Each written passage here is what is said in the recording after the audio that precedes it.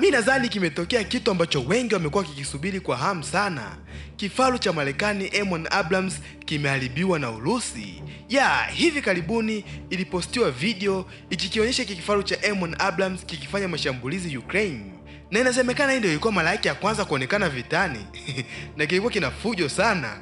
Lakini kuna video iliyopostiwa na Urusi ikikionyesha kifaru cha M1 ABRAMS kikiwa kinafuatiliwa na drone. Haijulikani kama ni kile kifaru kilichokuwa kinaleta vurugu mwanzoni, lakini baadaye tukaona video yenye quality ndogo sana ikionyesha kama makombora ya kifaru yakiwa yanaungua na moto mwingine unawaka pembeni, labda ni mafuta yanayovuja ndio yanawaka moto hapa. Na picha zingine zinaonyesha kifaru kinachotoa moshi. Unaweza kusema hii mbona sio picha ya M1 ABRAMS, lakini hii picha ya mwisho kutoka kwenye remote ya operator wa drone inaonyesha kabisa hiki ni kifaru cha M1 ABRAMS. Na ni kweli makombora yake yalishika moto. Haijulikani kama crew yake imesurvive hii show, lakini tunaona milango imefunguliwa, kwa labda wasela walichomoka, na mpaka sasa haijulikani ni silaha gani iliyofanya hii show. Mimi nadhani hii itakuwa ni drone ya Lancet.